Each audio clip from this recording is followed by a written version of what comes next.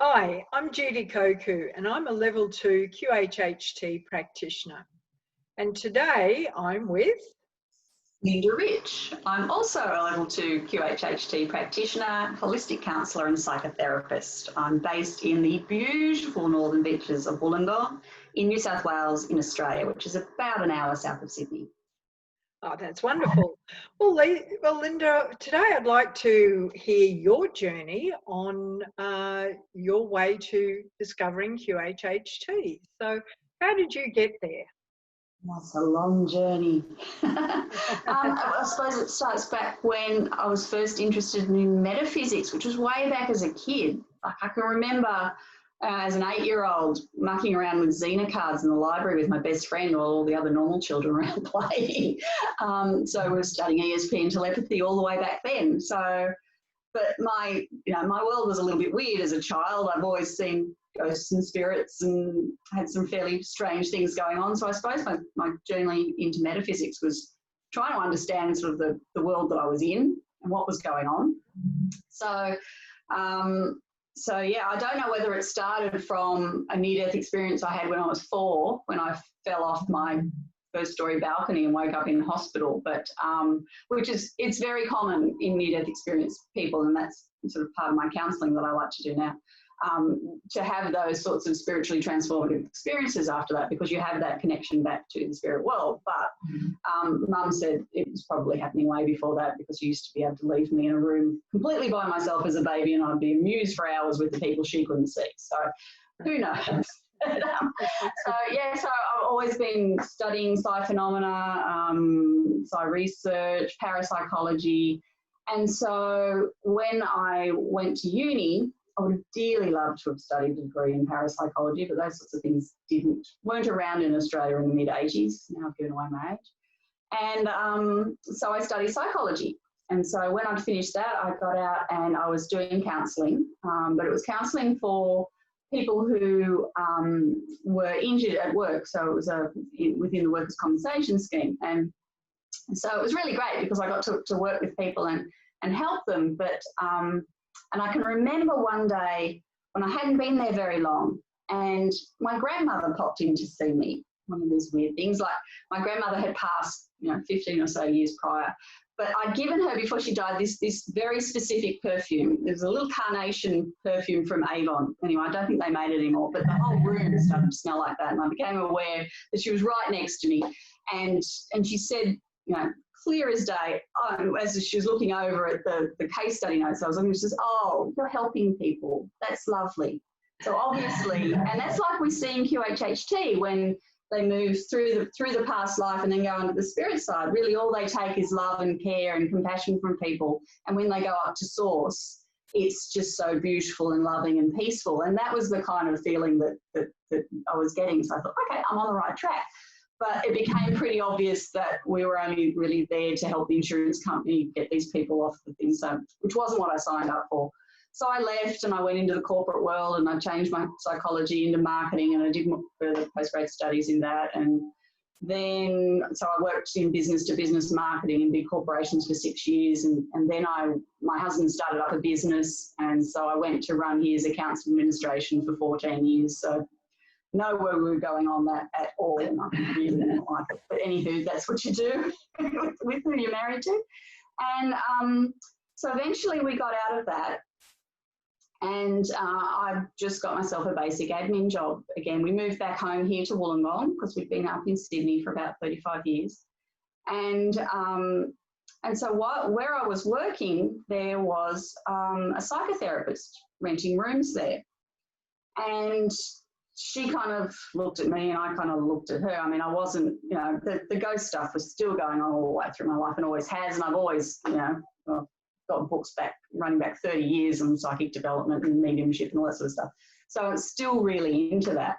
But she worked a little bit differently. She worked in transpersonal psychotherapy. She was very intuitive. She worked a lot with her guides, with working with her patients. And she'd have a lot of patients that would have trouble with these sorts of things, ghost or spirits in a home or spirit attachments and things like that.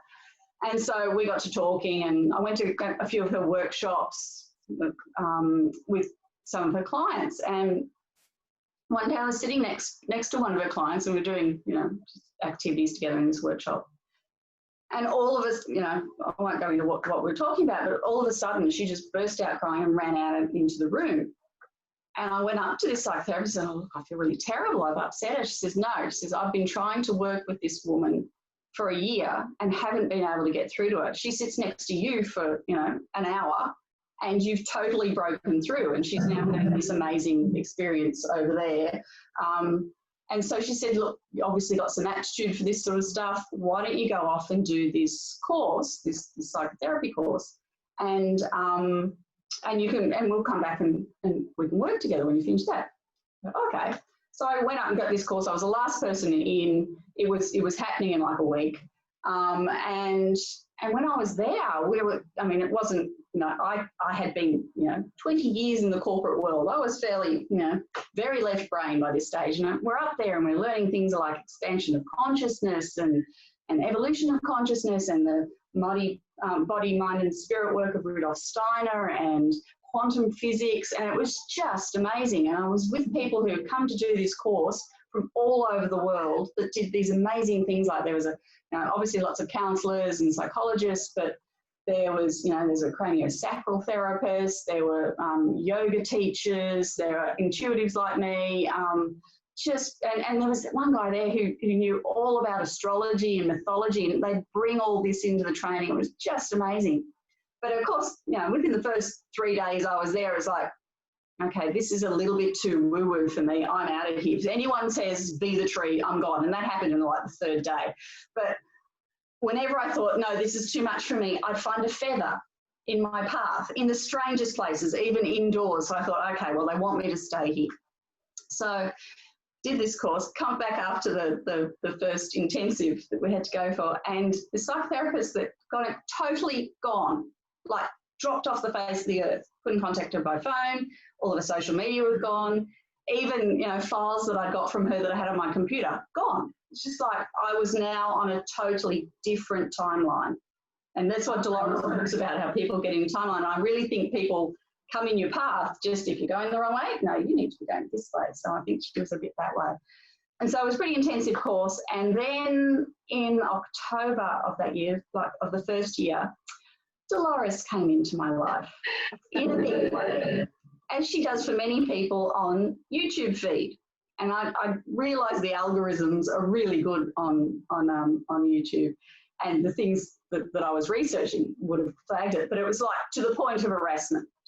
It was just like every single search was her, and to the point where I'd be watching another video, it would suddenly stop and she'd come on and be on the video. And whatever she said was exactly the thing that I needed to hear.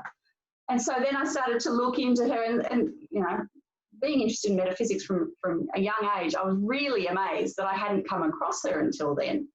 Because we kind of were developing it sort of, she was starting in the mid-70s and so was I. But anyway, so I got to learn all about that and the 3 waves of volunteers, and quite clearly I'm a second waver, early range, but second waver. And then she started talking about QHHT, and I thought, wow, what an amazing healing modality. And then I remembered what my grandmother said that day, is that you're helping people. And I could see how QHHT would really help me help people. So I thought, great, I'll study QHHT along with the counselling and psychotherapy. I can deliver both. That would really help people. Anyway, it was in October, so I was really, really busy at that time in my course. I thought, okay, well, I'll do the course. I looked online, and obviously they had training in the States, and I'm here in Australia, and I thought there's no way I can get to the States. So I'd do the online course. And so I contacted them back in October, and they'd sent me an email with a link to the online course. And so mid-January rolled around, and I hadn't done anything about it. And I was really getting hammered by Dolores on YouTube, and I was really getting this push, like, you have to do this course. And so I go to find the email and the link, and I get onto the website, and I've popped the online level 1 course into the shopping cart. Could not get it to process through. I don't know how many times I tried. I was very frustrated. And so I thought, right, I'll just go through the website and I'll find a contact number and I'll call them in the States and see what I have to do. As soon as I did that, up popped in front of me, level 1 live training happening in Sydney in 3 days. So it was just like, I booked my ticket to that and my accommodation before I even phoned my boss to ask if I could go. And then when we got there, sort of like, we walk into the room, and you were there. This is where I met you, Judy. You were there, and I was just like, you walk in, and just the energy from the people who were studying this, it was like next level stuff. And these people that, like, I know you, but I've never met you before. It's just like, and we went through the training, and then on the third day, they were trying to break us up into groups of 3. And we were a group of 4. We really bonded on the first day, us and a couple of the other ladies. And there was no way they were splitting us up. We would not be separated. And as we went and we did our sessions over those couple of days separately in different rooms, became obvious the sessions that we were having were all linked. We'd all known each other in Atlantis, and all these things were going on. It's like, you can't write this stuff. So it's been a wild ride since. Absolutely loved it. And then we all pushed to do level 2 together, and we got all our 25 sessions done, and we did level 2 together, and now we're on this wonderful journey. We certainly are.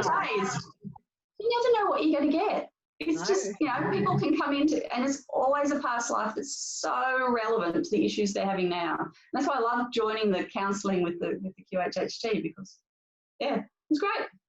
So that's my story. It certainly is an amazing modality, but you've had quite a journey to actually get there too, which is very, very, very interesting. So, yeah, if somebody wants to contact you, we'll have your contact details down below in the comments section.